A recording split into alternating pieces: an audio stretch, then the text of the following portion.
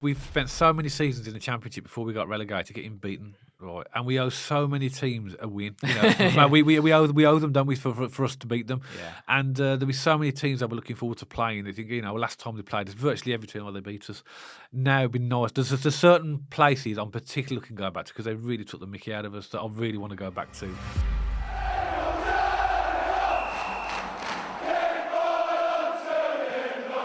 Welcome back to BCFC Royal Blue. Now, in this podcast, we're going to answer some more questions that have been put to us by Birmingham City supporters from our recent social media posts. And we always love these podcasts, me and Matt. Love to see what questions you've got. And I love the interaction between the fans as well. So when we go through these questions, if you've got a response to them, pop them in the comments below and let us know what your thoughts on our answers and what you think. So I'll just go kick off straight with the first question, Matt. This is from BCFC Chapman 09. How would you like the 62,000? This is a big question. How would you like the 62,000 new seater stadium to look? Well, that is a big question to kick it off, isn't it? I'm quite old school. I think we should have some sort of heritage there, some relation to St.Andrews. The name's important as well to link it all together. I like the idea of some kind of red brick, not too much. So maybe mixing the two worlds, maybe like 30% red brick or 50% red brick and then more modern take on it as well, a little bit of a mix of both. Because, the one that comes to mind, Dad, is the Oil Stadium that people have been talking about, or something like that in America. Ibrox as well, that kind of red brick. Yeah, that's too much for me, though. If I'm honest, for me, I like tradition, like you said, but that much red brick is no, too it's much. Too much. It's too much. But I think my point in it, Dad, is holding some sort of heritage to the city of Birmingham. The history to the club, and I think that screams Birmingham City quite well. A little bit of red brick, but not too much. Yeah, and that's why I've gone for that 30%, 40% figure, and then with a modern take. And I've seen some really cool AI designs, and one of them which I like is kind of like the bottom layer of it is red brick, and then the top layer of it is kind of glass and curves. And I think that looked really nice to me. So something like that, a little bit of heritage, a little bit of modern mixed in, and I'll be relatively happy. But to be honest, Dad, as long as they don't do a bowl, which I don't think they will, I think they'll, because Tom Wagner has come out and said, hasn't he wants to hold some sort of heritage to the city of Birmingham. I think it's going to look fantastic, and I'll be relatively happy with whatever they do, apart from just no, what do they call them? Typical kind of bowls, isn't it? Soulless bowl. Soulless bowls, that's the one. Yeah. I must admit, they've already said that the design is going to reflect the heritage of Birmingham, but in modern architecture, you don't need to replicate what's already there. So, for example, the introduction of the heritage could be just the use of the material. So you could have modern materials that are designed in a way that represent the heritage. So, like you said, there could be a mix of red brick, but not too much, So I think we're going to see an ultra-modern stadium. It's not, so even though we're going to represent the heritage, there will be an ultra-modern stadium there. And I like that example you gave about like sort of partial. It's almost like that one that you explained was like low-level sort of red brickwork, and then a more modern stadium emerging out of like a warehouse, isn't it? A little bit.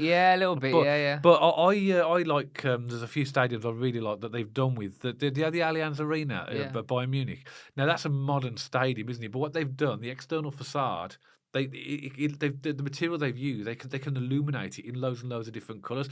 And I think that Nighthead will want a spectacular stadium.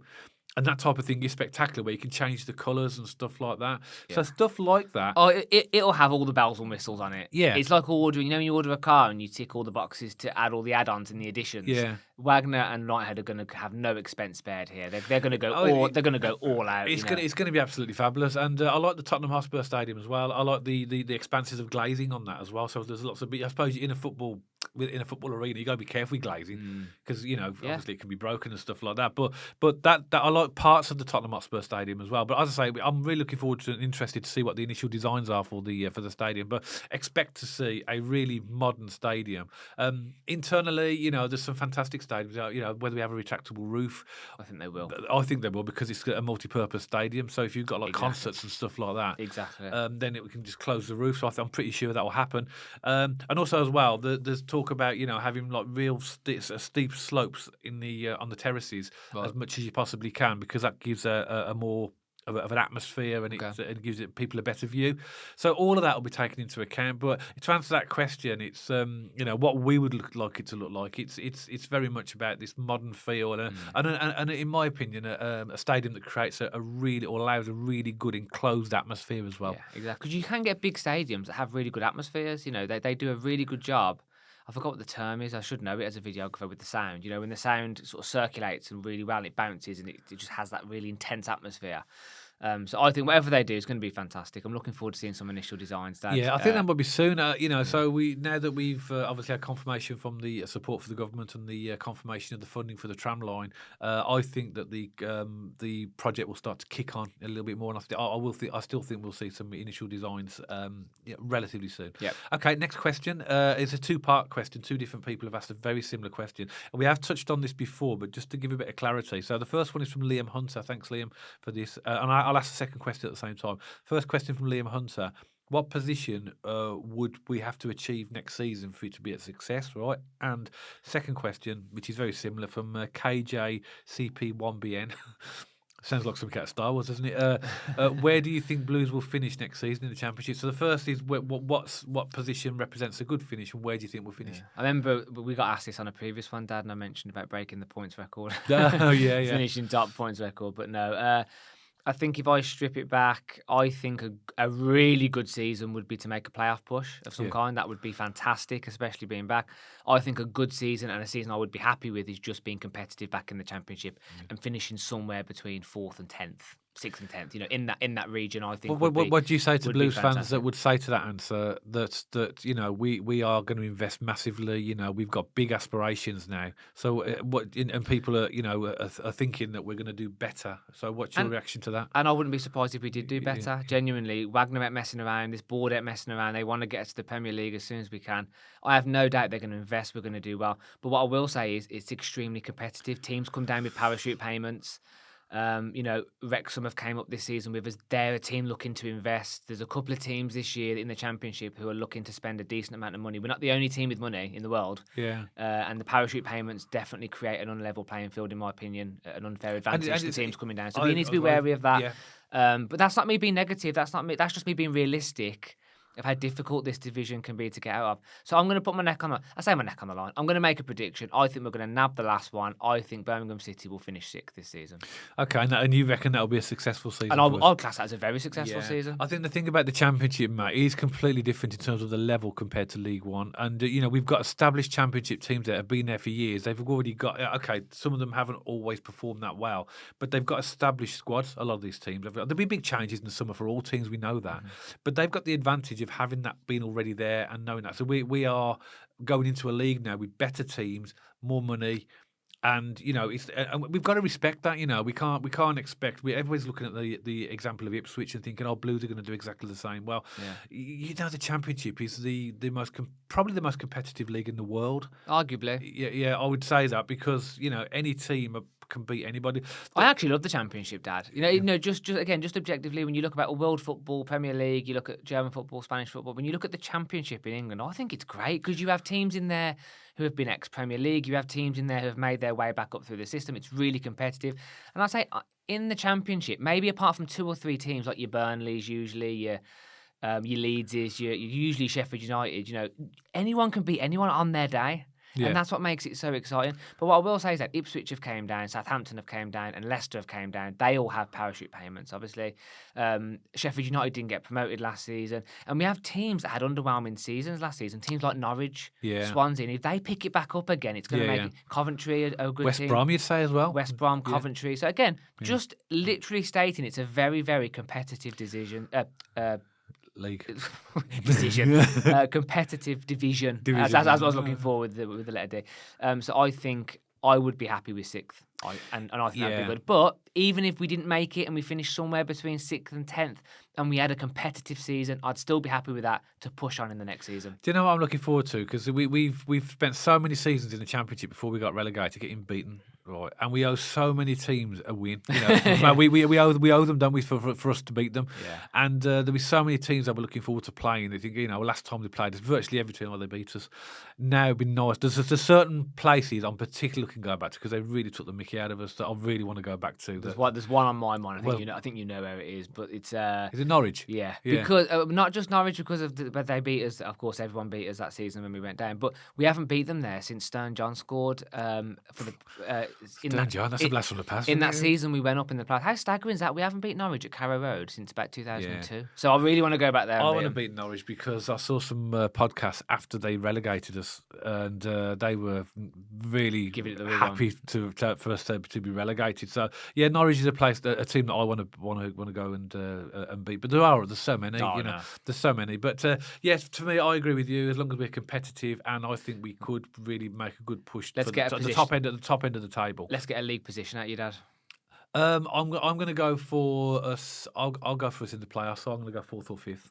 Oh wow, yeah, nice. 4th or 5th, and we could push for automatic. But like you said, there's so many variables in this. It's a better league, isn't it? Whatever we do, let's just respect that division. You know, like we did in League One. We didn't, go down there arrogant. We went down there and absolutely, in the end, we actually sort of dominated it. But a lot of people are saying that we're in for a shock last season. Some people are saying that next season when we come back up. Let's see what happens. Considering we broke the points record, I don't think it was easy as we possibly imagined League One, just in terms of difficult opponents, like parking the bus, difficult referees, difficult playing conditions. It wasn't... I know the points record is contrary to my opinion in that regard, but if you're a Blues fan and you watched us week in, week out, I don't think it was as easy as we made it look. No. I think the Championship will be similar. It'll be a difficult decision, but Ipswich are proving it can be done back-to-back promotions. There are teams which go up and do really well, and I think we'll be a team who does very well next season. Yeah, so let's see what happens. It's nice to be in the Championship, though, isn't it? Okay, next question is from Blue Nose 1875. We know that the club will not stand still and try to improve on a fantastic year both on and off the pitch, but what do you think the board will do next to improve the matchday experience? This is probably my favourite question of the bunch because it's not to do with the players on the pitch. It's to do with the experience which we all love so much, isn't it? Going down St.Andrews and having some beers, having some food, enjoying and taking it all in. And you know what? I don't know whether this would be classed as controversial. I don't think they should do anything. I actually think we've got it borderline perfect. I mean, I think you run the risk of doing too much, if that makes sense. So, what's the next step? Rides in the car park and for the kids. Where do you draw the line? Because we've got bars now, we've got fan zones now, we've got DJs now, we've got great food now, scoreboards, the tellies, the seats have been changed in the family stand. We've enhanced the cop with the new seats, with the new area it's been. I mean, I can't think of much else. Maybe a few more food options. But again, I'm picking at straws here. I think the transformation they've had on the matchday experience is arguably one of the biggest impressions they've made on me, and I think it's great. I can't think of much they could add, really. And that's just my opinion. I think it's a fantastic matchday experience now. Yeah, I mean, you look forward to going down there now, don't you? Before, years ago, you'd roll up about 10 minutes before, probably queue up and get into the turnstiles, and there'd be major queues. Then you'd watch the game, and then you'd go straight home again. Now people are getting there 2 hours early. Well, what I'll say, Dad, and enjoying the experience. Because me and you go to Digbeth before, don't we? We like to have... We get there really early to get a nice parking space so we can have some food first. So we walk into Digbeth, have some food. Maybe you might have a beer or something like that, or me, depending on who's driving. And even now, we get there for let's say 12, 1 o'clock, and people are crossing us to get to St.Andrews. That's never happened before, ever. No. So people are getting there 2-3 hours before to go into the fan zones, to have a beer and all these things. And this is why our revenue's so high, because Blues fans want to buy the merch now in the shop. They want to go and have some beers at the stadium. And I love the matchday experience. I think it's great. And it really is night and day, isn't it, compared to what it used to be like? Night, head and day. Because, it was awful, wasn't it? We can look back to before Nighthead came in. The catering was awful. The beer was terrible.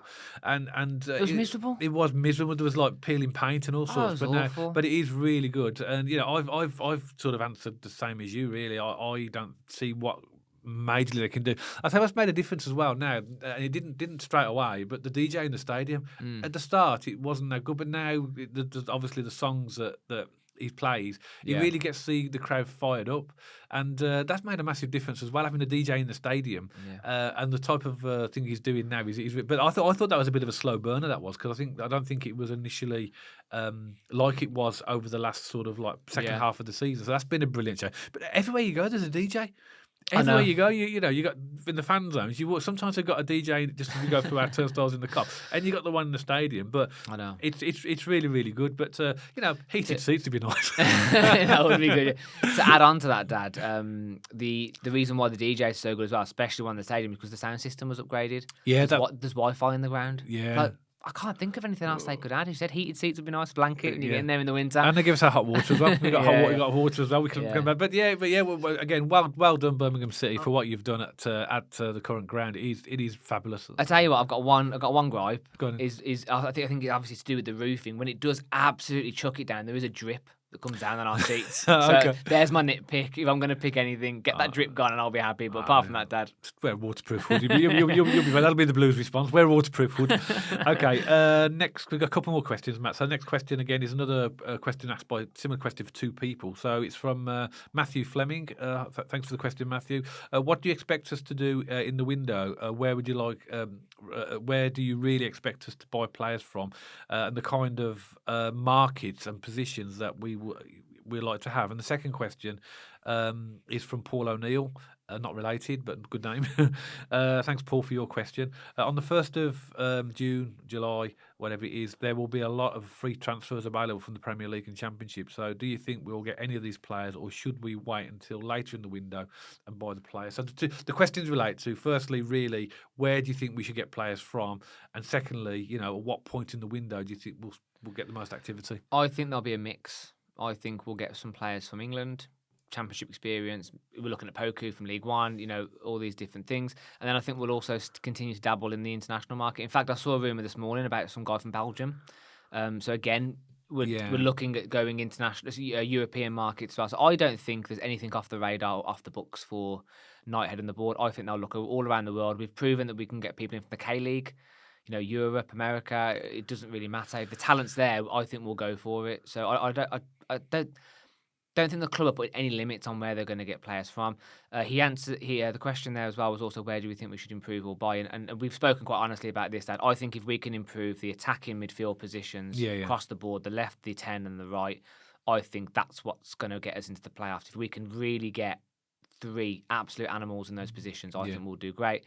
Remind me of the second part of the question. The second part of the question is, at what point do you think that we will start to get players? Because he talked about, do we go for some of the free transfers, or do we wait till later in the window? And again, I think I don't think we should turn our nose up if there's a good deal to be had from a Premier League team or a Championship team. And the board will know what they're doing. Craig Gardner will know what he's doing. Chris Davies, I'm sure, will have his eyes on people. If there's a free transfer to be had, why not? It's good business. Yeah. But obviously, it depends whether they fit with the team, and they'll be checking and dotting the T's, crossing the I's on all that information, won't they, from freebies. But I think there'll be a combination of freebies from transfers, and I think we'll hit the ground running as soon as the window opens. And again, I know it's been open for 10 days, which is rare this season, but I don't think much business is going to happen, because you mentioned on yesterday's podcast that players on holiday. Yeah.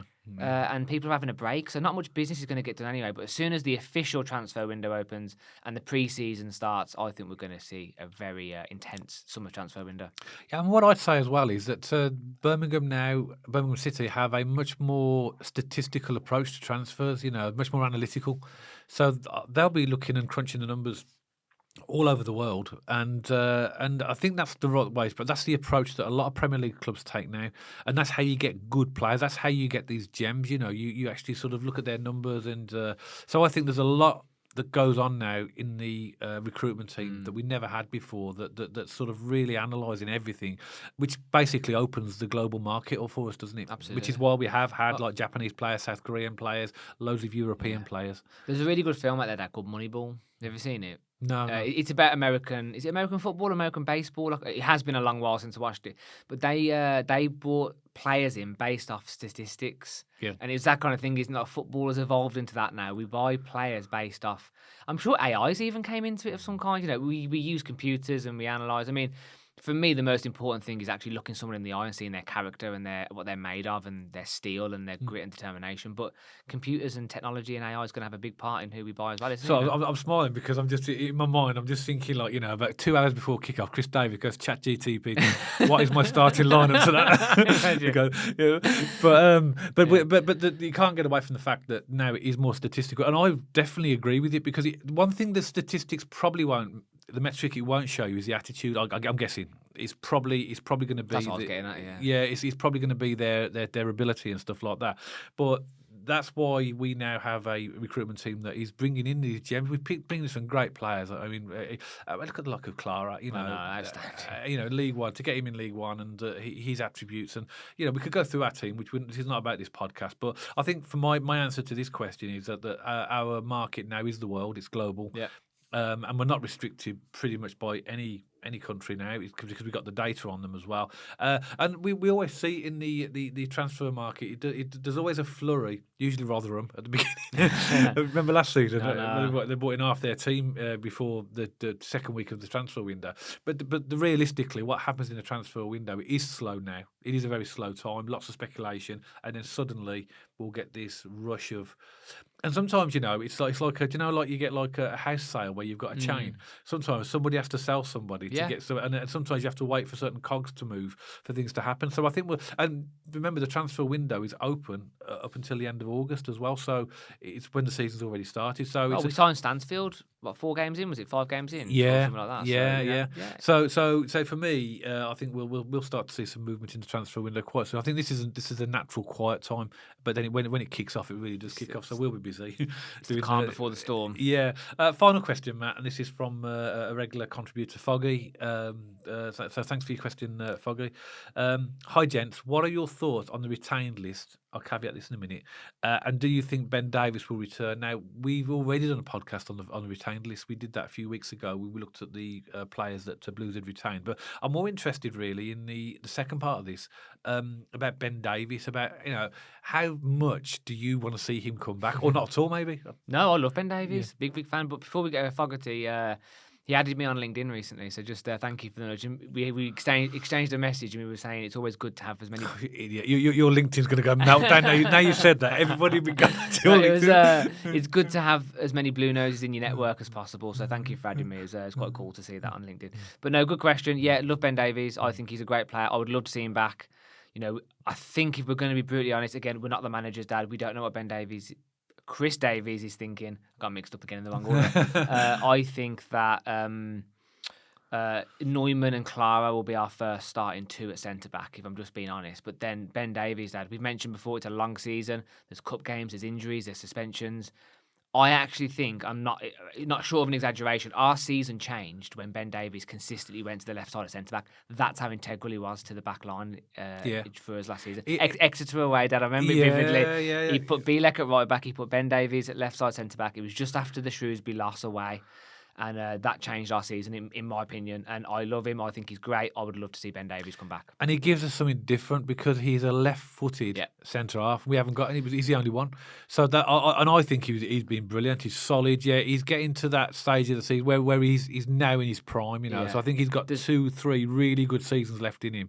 And I would love to see him back. There's not many hills I'm willing to die on, Dad. I'm quite a chilled guy, but having a left-footed centre-back with a right-footed centre-back, and I know if Neumann and Clara are going to be our first pick, that is 2 right-footers dominant. I get that, but the balance a left-footed centre-back gives you is astounding. I hope we get him. And we talked, haven't we, previously on previous podcasts about possibly and this is down to Chris Davies. It's nothing to do with what we could make happen, but to have all 3 of them playing. I know. Ben Davies, Clara, and Neumann. So have a back 3. And then play either a 3-5-2 or a 5-3-2, whatever formation to accommodate them all would be absolutely brilliant. I don't think that will happen, but it's an option, isn't it? And having a left-sided centre half, I think, gives a proper balance to the team. Yeah. And I really, really hope we keep him. I agree. Well, keep him. Hope we buy him. Can't keep him. We haven't got him. No, agreed. No, I all for Ben Davies, Dad. I'd love to see him sign and. Yeah, because he's got championship experience. We know what he's about. I love his no nonsense. You know, some centre halves can dilly dally a little bit and mess about, but between him and Clara, they just get rid of the get rid of it, Yeah. no nonsense, straight out. So I like that. So I think there's a place for him at Blues. I think he could have a good season for us in the Championship, and Yeah, I'd love to see him sign. Of course, it all depends on whether Rangers want to sell him in the first place. But let us know your thoughts, not just on that, but any of the questions that we've spoken about in this podcast. Always fantastic to get your opinion. So add your comments below and let us know what your thoughts. So that's it for this podcast. Hope you've enjoyed it. If you did, as always, don't forget to give us a thumbs up. And if you haven't checked us out on our social media channels already, then pop along to our X page and our Instagram page. And if you like to watch or listen to your podcast on Spotify, you'll also find us on there, and you'll see the handles appearing for all these channels on the screen right now. If you haven't subscribed to the channel and you'd like to, then press that big red subscribe button. And if you want notifications every time we put a podcast out, there's a little bell icon next to the subscribe button, and that will enable you to get notified immediately every time a podcast goes out. So that's it for this podcast. Hope you've enjoyed it. And myself and Matt will see you on the next one, all about Birmingham City.